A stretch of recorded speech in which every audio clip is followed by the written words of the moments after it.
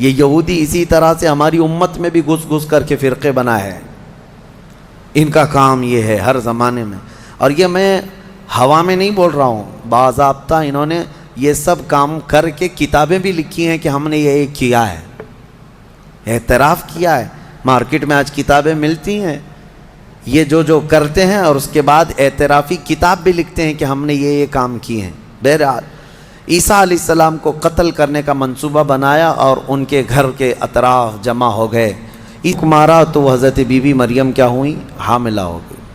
اور جیسی وہ حاملہ ہوئیں تو ان کو خوف ہوا کہ اب قوم کیا کہے گی، تو وہ ایک آبادی سے بہت دور چلی گئیں جہاں کوئی نہ دیکھتا ہو، اور وہ ایک گھنی باغیچے کے جو کھجوروں کے درخت وہاں پر تھے اس باغیچے میں چلی گئیں. یہ ایسا نہیں ہے کہ یہ حمل 9 مہینے کا تھا، بلکہ یوں حمل ہوا اور پھر بچے کی ولادت بھی، زیادہ دن تک کا یہ حمل نہیں تھا. بہرحال جب حضرت بی بی مریم بچے کی ولادت کے آثار نظر آنے لگ گئے، قریب ایک باغیچے میں گئیں. وہاں کا تذکرہ بھی رب تعالیٰ فرماتا ہے فَأَجَاءَهَا الْمَخَاضُ إِلَى جِذْعِ النَّخْلَةِ، ایک کھجور کے درخت کی جڑ کو پکڑ کر کے وہ بیٹھی رہیں، اور پھر اس کے نیچے سے وہاں سے آواز دینے لگی اپنے رب کو کہ مولا میری حفاظت فرما. اور درد ایسا ہوتا ہے ولادت کے وقت کا، اس وقت کے الفاظ حضرت بی بی مریم کے قرآن فرما رہا ہے. وہ کہہ رہی تھی کنت نسیا منسیا، یہ درد سے پہلے میں مر گئی ہوتی، بھلا دی گئی ہوتی، کاش میں ان تمام چیزوں میں نہ ہوتی. عورت جو ہے اس درد کے وقت بہت ہی زیادہ فرسٹریٹ ہوتی ہے، بہت تکلیف دہ ہوتی ہے، تکلیف زدہ ہوتی ہے، اس قدر کہ موت کے وقت ہونے والی تکلیف سے تھوڑی سی کم تکلیف بچے کی ولادت کے وقت ہوتی ہے. ایک عورت کو یہ آسان چیز نہیں ہے، اس کی تقریباً 40 کے قریب ہڈیوں سے تو روح نکل چکی ہوتی ہے عورت کے جسم سے جب بچے کی ولادت کا وقت قریب آتا ہے. اور وہ موت کے منہ میں جا کر کے واپس آنا یہ معمولی بات نہیں. اسی لیے اللہ تعالیٰ نے قرآن میں اس کا ذکر فرمایا. وہ حمل یعنی عورت جو ہے حملہ وفصالہ 30 شہر، یہ آیت ہے، اس میں اللہ تعالیٰ فرماتا ہے ووضعتہ کرہا، جب وہ بچے کو جنم دیتی ہے تو بڑی تکلیف کے ساتھ دیتی ہے. حضرت بی بی مریم کا بھی جب وہ وقت آیا تو وہ درخت کی جڑ کو پکڑ کر کے آواز دینے لگیں کاش میں اس درد سے پہلے ختم ہو چکی ہوتی، بھلا دی گئی ہوتی. تو رب تعالیٰ کی طرف سے آواز آئی اللہ تحزنی وقد جعل ربکی سریا، گھبرا مت اے مریم، تیرا رب تیرے لیے آسانیاں پیدا فرمائے گا، آسانیاں پیدا فرمائے گا. اس درخت کو ہلاؤ، پکی کھجوریں گریں گی تم پر. حضرت اللہ کی طرف سے حضرت بی بی مریم کو جو پیغامات آ رہے تھے یہ کیا تھے؟ یہاں پر بھی میں بتا دوں، اللہ تعالیٰ اپنے بندوں کو جو پیغامات دیتا ہے اس کے 3 طریقے. ایک وحی ہے جو نبیوں کو دی جاتی ہے، یعنی وہ وحی ہے، اس کو وحی کہتے ہیں جو اللہ تعالیٰ کا پیغام نبی کو آئے. وحی کے بھی کئی طریقے ہیں، ڈائریکٹ اللہ تعالیٰ سے وہ کلام کر لیں یا کسی فرشتے کے ذریعے سے کر لیں. جیسے جبرائیل امین علیہ السلام جو لے کر کے آتے تھے اور نبیوں کو پہنچاتے تھے، یہ بھی کیا ہے، اس کو کیا کہتے ہیں، وحی، وحی ہے. اور اللہ کے ولیوں کو جو پیغامات اللہ کی طرف سے ملتے ہیں اس میں فرشتہ تو نہیں آتا، لیکن اللہ تعالیٰ ان کو کچھ باتوں کی ہدایت دل میں ڈالتا ہے یا ان کے ذہن میں، دماغ میں وہ چیزیں اچانک اترتی ہیں، اس کو کہتے ہیں الہام. یہ وحی نہیں ہے، یہ کیا ہے، الہام. اور عام مومنین کے دلوں میں بھی اللہ ہدایت ڈالتا ہے. آپ کو خود بھی کچھ چیزیں سمجھ میں آ جاتی ہیں، یہ صحیح ہے، یہ غلط ہے، یہ اللہ کی طرف سے دی ہوئی ہدایت ہے. اس کو القاء کہتے ہیں. ہے اللہ کی دی ہوئی ہدایت، لیکن اگر وہ نبی کو ہو تو وحی ہے، ولی کو ہو تو الہام ہے، عام مومنین کو ہو تو القاء ہے. اور کچھ کافروں کو بھی ہوتی ہے. کافروں کو جو چیزیں معلوم ہوتی ہیں اس کو استدراج کہتے ہیں، یعنی وہ بھی کچھ چیزیں معلوم کر لیتا ہے. بہرحال یہ ایک الگ بحث ہے. حضرت بی بی مریم کو یہ الہام اللہ کی طرف سے تھا۔ اللہ تبارک و تعالیٰ نے ان کو فرمایا کہ درخت کی یہ جڑ کو ہلاؤ، پکی کھجوریں گریں گی۔ کھجوریں گریں تو اللہ کا حکم ہوا فکلی وشربی وقری عینا، کھاؤ پیو اور اپنی آنکھیں ٹھنڈی کرو۔ درد زہ اس کو کہتے ہیں، بچے کی ولادت کے وقت ہونے والا درد۔ قرآن کے اعتبار سے اس درد کے وقت عورت کو کھجور کھانا چاہیے، کھجور سے افاقہ ہوگا، کیونکہ قرآن میں اللہ نے بی بی مریم کو یہ عطا فرمایا۔ وہ کھجوریں کھائیں اور اس کے بعد اب جو حکم تھا اللہ کا وہ کیا تھا؟ فَإِمَّا تَرَيِنَّ مِنَ الْبَشَرِ أَحَدًا فَقُولِي إِنِّي نَذَرْتُ لِلرَّحْمَنِ صَوْمًا، اگر کوئی آدمی تجھے نظر آ گیا بچہ ہونے کے بعد، بچے کو دیکھ کر کے کوئی بھی اگر تم کو نظر آیا تو بات مت کرنا کسی سے۔ اس وقت چپ کا روزہ ہوتا تھا، یعنی خاموشی کا روزہ۔ ہماری شریعت میں نہیں ہے، لیکن پہلے کی شریعت میں چپ رہنے کا روزہ بھی ہوتا تھا، یعنی وہ جو ٹائم ہے اتنے ٹائم تک کسی سے بات نہیں کریں، یہ ہونا چاہیے، لیکن ہماری شریعت میں نہیں ہے۔ کاش یہ روزہ عورتوں پر ہو جاتا، بہت سارے لوگ محفوظ ہو جاتے ہیں۔ خیر، حضرت بی بی مریم کو کہا گیا کہ چپ کا روزہ رکھنا، اور کوئی بھی اگر بات کرے تو اشارہ کرنا اپنے بیٹے کی طرف کہ اس سے بات کرو، میں آج چپ کا روزہ ہوں، یعنی وہ اشارہ لوگ سمجھ جاتے تھے کہ روزہ ہے۔ تو حضرت بی بی مریم وہاں جب پہنچی تو درد زہ کے بعد حضرت عیسیٰ علیہ السلام پیدا ہو گئے۔ وہ ایک پتھر پر جلوہ بار ہوئے، اور جیسے ہی پیدا ہوئے حضرت عیسیٰ علیہ السلام وہ پاک صاف تھے، کوئی دایا نہیں، کوئی نرس نہیں، کوئی نرسنگ ہوم نہیں۔ یہ اللہ تعالیٰ کی قدرت تھی، ایک صحیح سلامت بیٹا، اور وہ بھی اللہ کی نشانی بنانی تھی بغیر باپ کے۔ حضرت عیسیٰ علیہ السلام پیدا ہوئے اور حضرت بی بی مریم اپنے بیٹے کو اٹھائیں اور لے کر کے چل پڑیں ایک ہی دن میں، جس کو کہتے ہیں زچہ عورت، یعنی جس کا بچہ ہوا ہوتا ہے وہ عورت کمزور ہو جاتی ہے، لیکن حضرت بی بی مریم اپنے بیٹے کو اٹھائیں اور چل پڑیں۔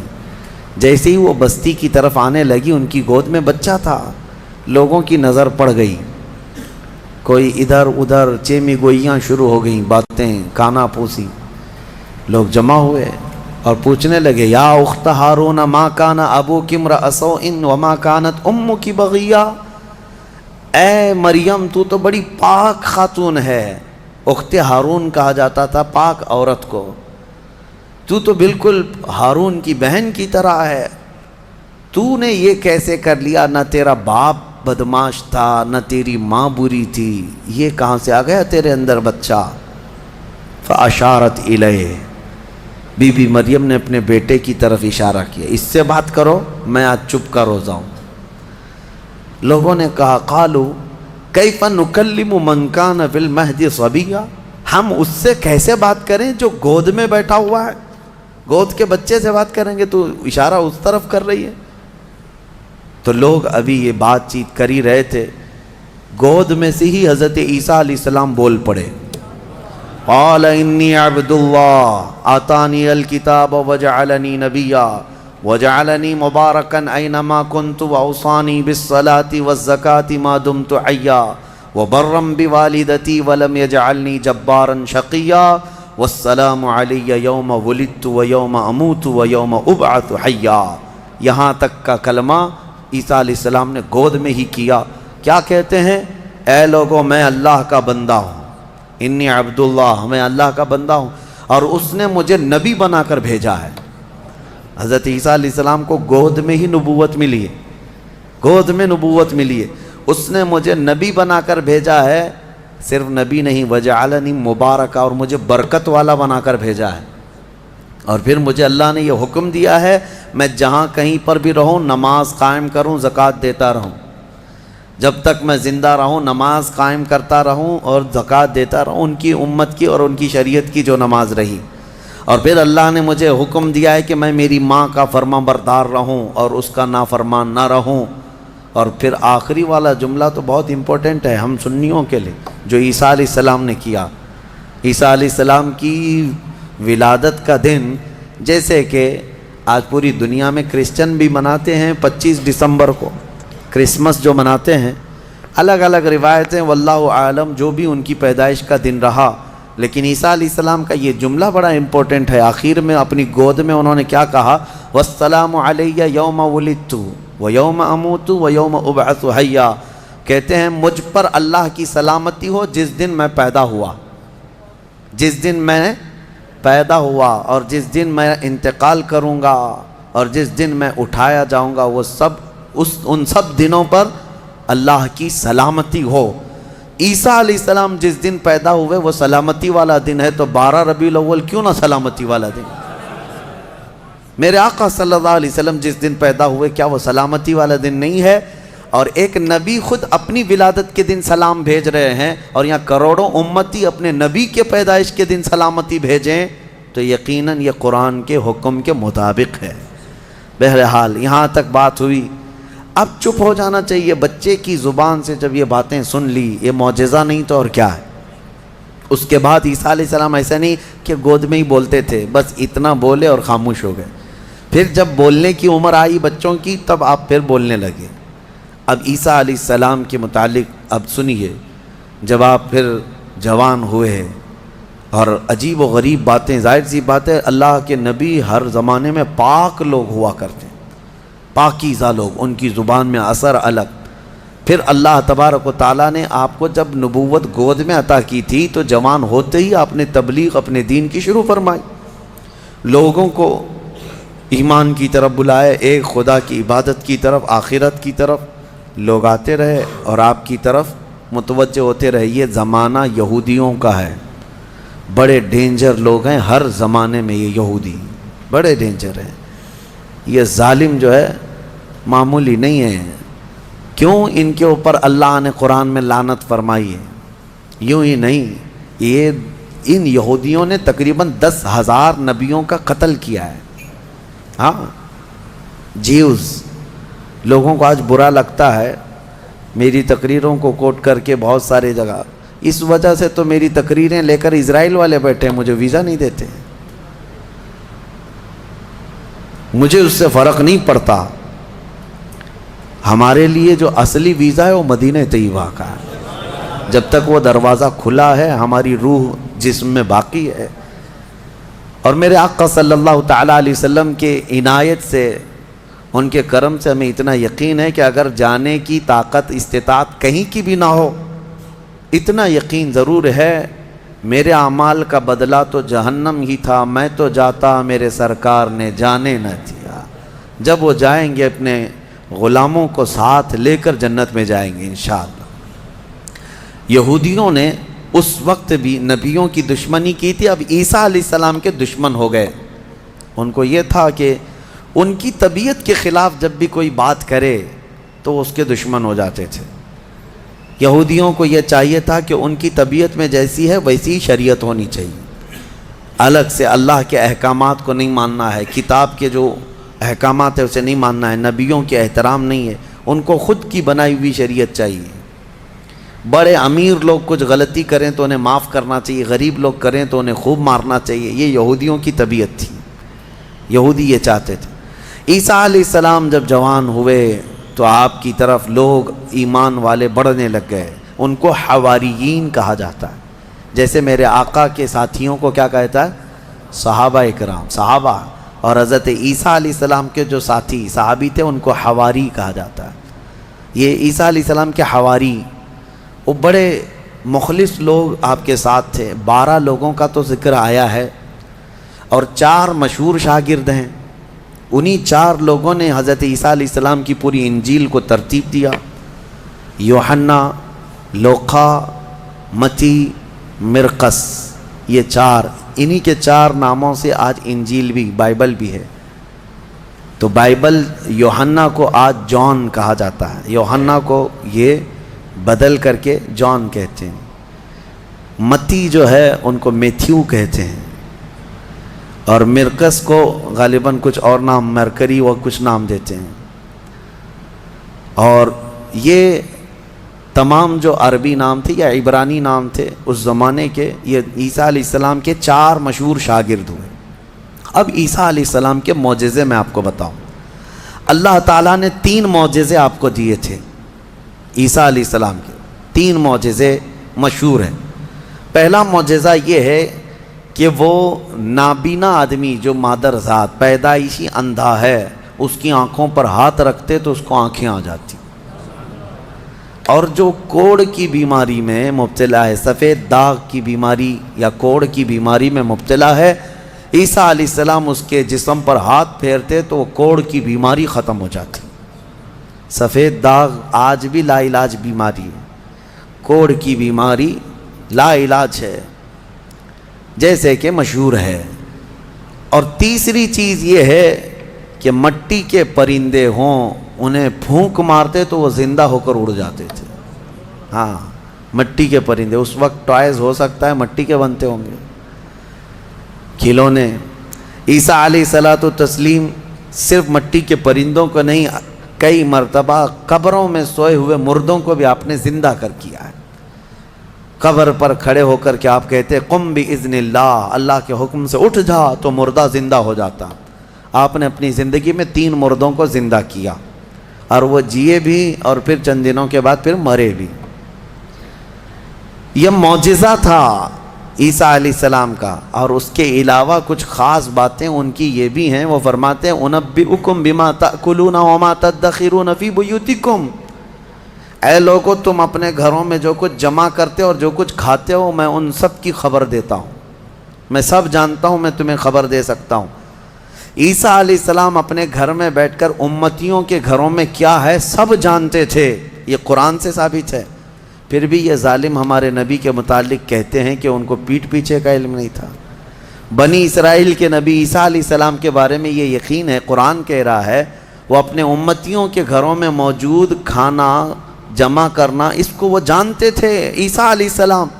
اور وہ عیسیٰ جو خود میرے نبی کی امت میں آنے والے ہیں، جو اخیر زمانے میں میرے آقا کی امت میں آنے والے ہیں، وہ جب سب کے گھروں کے حالات جانتے تھے تو پھر میرے آقا صلی اللہ تعالیٰ علیہ وسلم اپنے امتیوں کے احوال سے کیسے بے خبر ہو سکتے ہیں. الحمدللہ بریلویوں کا یہی کہنا ہے، اور اعلیٰ حضرت فاضل بریلوی رحمۃ اللہ علیہ کا یہ احسان ہے کہ آپ نے صحیح سمت میں جو صحابہ کا عقیدہ تھا وہی عقیدہ ہمیں عطا کیا ہے. ہم یہاں سے پکاریں، وہ وہاں سے سنیں. مصطفیٰ کی سماعت پہ لاکھوں سلام، اور کوئی غیب کیا تم سے نہاں ہو بھلا، جب نہ خدا ہی چھپا تم پہ کروڑوں درود. حضور پاک صلی اللہ تعالیٰ علیہ وسلم کی نظروں میں اللہ نے سب چیزوں کو عیاں کر دیا. اب اس کے بعد ہوا کیا، یہ یہودی ظالم عیسیٰ علیہ السلام کے دشمن ہو گئے، کیونکہ آپ کا دین پھیلتا جا رہا تھا، عیسائی بڑھتے جا رہے تھے. عیسائیوں کی جب تعداد بڑھ گئی تو یہودیوں کو خطرہ ہونے لگ گیا کہ یہ اب پوری کی پوری حکومت ان کے ہاتھ میں چلی جائے گی جو برسوں سے ہم لے کر چل رہے ہیں. تو انہوں نے حضرت عیسیٰ علیہ السلام کو مارنے کا پلان بنایا. جیسے پہلے نبیوں کو مارتے تھے پھر انہوں نے مارنے. آج آپ کو یہ لگ رہا ہوگا کہ عیسائی اور یہودی مل چکے ہیں، یہ جھوٹی ملاقاتیں ہیں ان کی. یہ صرف اور صرف اسلام کی دشمنی میں دونوں اپنی جنگوں کو ٹھنڈی رکھے ہیں، ورنہ ہر زمانے میں سب سے زیادہ خطرناک لڑائیاں عیسائیوں کی اور یہودیوں کی ہوئی. قرآن نے بھی کہا ہے. ابھی اگر میں کہوں تو لوگوں کو عجیب سا محسوس ہوگا. ہٹلر کا ظلم کیا تھا، یہودیوں کے خلاف تھا. اور بیت المقدس میں ہرکیولس جس کو ہرقل کہا جاتا ہے، اس نے تو توڑ کر کے اینٹ سے اینٹ بجا کے رکھ دیا تھا. ٹائٹس ایک بادشاہ گزرا عیسائیوں کا، اس نے تو پورے یہودیوں کو ختم کر رکھا تھا، خون سے نہلا دیا تھا پوری زمین کو. بہت مرتبہ ان کی لڑائیاں ہوئی، اور جب یہودی پاور میں آتے عیسائیوں کو مارتے تھے. یہ جنگیں تو چلتی رہی ہیں کتنے سالوں تک. وجہ بھی ہے جنگوں کی کہ انہوں نے شروع کیا، یہودیوں نے عیسائیوں کو برباد کرنے کے لیے. انہوں نے پہلے کیا کیا، ان میں گھس کر کے ان کے عقیدے کو چینج کیا. پہلے عیسائی ایمان والے تھے، عیسیٰ علیہ السلام پر ایمان رکھتے اور عیسیٰ علیہ السلام کو اللہ کا بیٹا نہیں اللہ کا رسول مانتے تھے. اللہ کے رسول ہیں وہ. یہودیوں نے انہیں گمراہ کیا، پادری بنا بنا کر کے انہیں میں گھسا دیا کہ وہ پادری ایسے چرچوں میں گئے جہاں جا کر کے انہوں نے بائبل کو اپنے انداز سے شرح لکھنا شروع کیا کہ اس کا مطلب یہ ہے، اس کا مطلب یہ ہے، اور پھر بعد والی جنریشن نے اس کا عقیدہ بنا لیا۔ یہ یہودی اسی طرح سے ہماری امت میں بھی گھس گھس کر کے فرقے بنا ہے، ان کا کام یہ ہے ہر زمانے میں۔ اور یہ میں ہوا میں نہیں بول رہا ہوں، باضابطہ انہوں نے یہ سب کام کر کے کتابیں بھی لکھی ہیں کہ ہم نے یہ کیا ہے، اعتراف کیا ہے۔ مارکیٹ میں آج کتابیں ملتی ہیں یہ جو کرتے ہیں، اور اس کے بعد اعترافی کتاب بھی لکھتے ہیں کہ ہم نے یہ کام کیے ہیں۔ بہرحال عیسیٰ علیہ السلام کو قتل کرنے کا منصوبہ بنایا اور ان کے گھر کے اطراف جمع ہو گئے۔ عیسیٰ علیہ السلام کو اللہ تعالیٰ نے وحی کے ذریعے بتا دیا کہ تمہارے دشمن تمہارے قتل کے در پہ ہیں۔ عیسیٰ علیہ السلام اپنے حواریین سے رات میں ملاقات کرتے ہیں، ان کو دین کے ساری باتیں پیش کرتے ہیں، اور جو انجیل تھی جس کو یہ بائبل کہتے ہیں وہ سب اپنے شاگردوں میں تقسیم کر دیا، اور سب کو الگ الگ جگہ جانے کا حکم دیا کہ تم فلاں جگہ چلے جاؤ، تم فلاں جگہ چلے جاؤ، تم فلاں جگہ چلے جاؤ۔ اور پھر سب کو یہ اپنی آخری وصیت میں کہا میں اللہ کے حضور جا رہا ہوں۔ یہ ان کے آخری پیغامات تھے اپنے شاگردوں کو، اپنے صحابہ کو، اپنے حواریین کو کہا۔ ان کے حواریین سب چلے گئے، عیسیٰ علیہ السلام اکیلے تھے گھر میں۔ اب یہودیوں نے ان کے گھر کا گھیراؤ کر لیا۔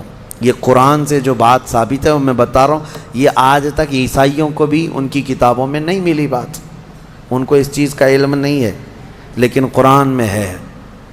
کیونکہ عیسیٰ علیہ السلام گھر میں تھے، اس کے بعد عیسائیوں کو کہاں سے پتہ چلے گا کیا ہوا تھا؟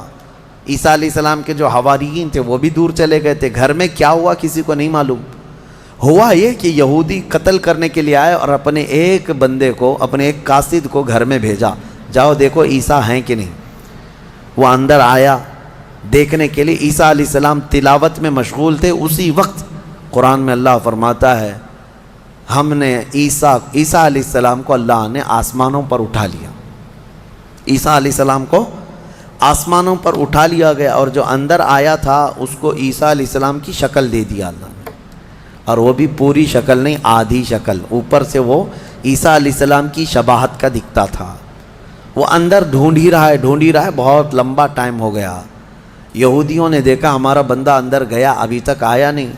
بہت دیر انتظار کرنے کے بعد جب وہ نہیں آیا باہر، تو سارے یہودی تلوار سوتے خود ہی گھس گئے اندر، گھر کے اندر، اور جا کر کے دیکھا تو یہ شخص کھڑا تھا، عیسیٰ علیہ السلام کی شکل تھا۔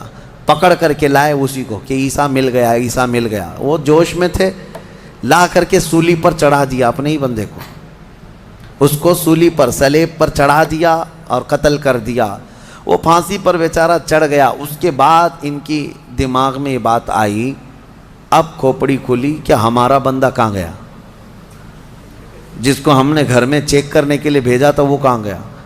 تو بعض لوگوں نے پیر یعنی ناف سے لے کے نیچے تک کا حصہ دیکھ کر کے کہا یہ تو ہمارا بندہ دکھتا ہے، ہمارا آدمی دکھتا ہے جس کو ہم نے اندر بھیجا تھا، اس لیے کہ اس کے نیچے کا حصہ جو ہے ہمارا وہ جو شخص تھا اس سے ملتا جلتا ہے۔ تو پھر وہ کہنے لگے یہ اگر ہمارا یہ آدمی ہے تو پھر عیسیٰ کہاں گئے؟ وہ کہاں ہیں؟ گھر کے اندر سے کہاں چلے گئے؟ ہم نے تو گھر کا گھیراؤ کیا تھا۔ وہ اسی شک میں پاگل ہوتے رہے بیچارے، یہ اگر عیسیٰ ہے تو ہمارا شخص کہاں ہے، اگر یہ ہمارا شخص ہے تو عیسیٰ کہاں ہے؟ اور زبردستی کسی کو پھانسی دے دیا، پھانسی پر چڑھایا اور اعلان بھی کر دیا سب کو کہ ہم نے عیسیٰ علیہ السلام کو پھانسی دے دیا۔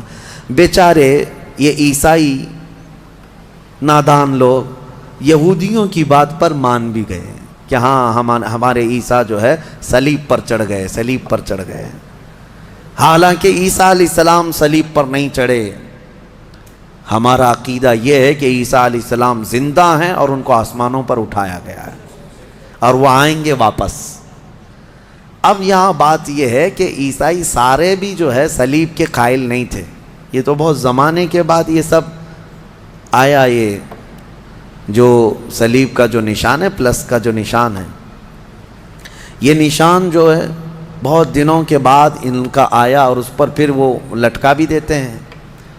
عیسائیوں میں بھی الگ الگ فرقے ہوئے، آرتھوڈکس ہے، کیتھولک ہے، اور پھر کئی فرقے ایسے ہیں جن میں پرانے زمانے کے عقائد پر وہ لوگ قائم رہے کہ اللہ کے وہ نبی ہیں، بیٹا نہیں ہے۔ بہرحال ان میں فرقے پیدا کرنے والے یہودی ہیں۔ اب میں یہاں پر ایک بات کہہ کر اپنی گفتگو کو سمیٹتا ہوں کہ یہ واقعہ ہو کر 550 سال گزر گئے تھے، عیسائی یہودی لڑتے تھے، مرتے تھے۔ 570 سال گزر گئے عیسیٰ علیہ السلام کے آسمانوں پر اٹھائے جانے کے بعد، تب مکہ مکرمہ میں محمد الرسول اللہ تشریف لائے، میرے آقا تشریف لائے۔ اور پھر جب آپ نے نبوت کا اعلان فرمایا اور قرآن اترنے لگا تو اللہ نے قرآن کی آیتوں میں 550 سال سے جو مسئلہ لٹیگیشن کا شکار تھا، کیوں سمجھ لیں جو پراپرٹی کسی کے حل میں نہیں ہوتی ہے، اس طرح کا مسئلہ تھا کہ کوئی حل نہیں کر پاتا کہ آخر ہوا کیا تھا۔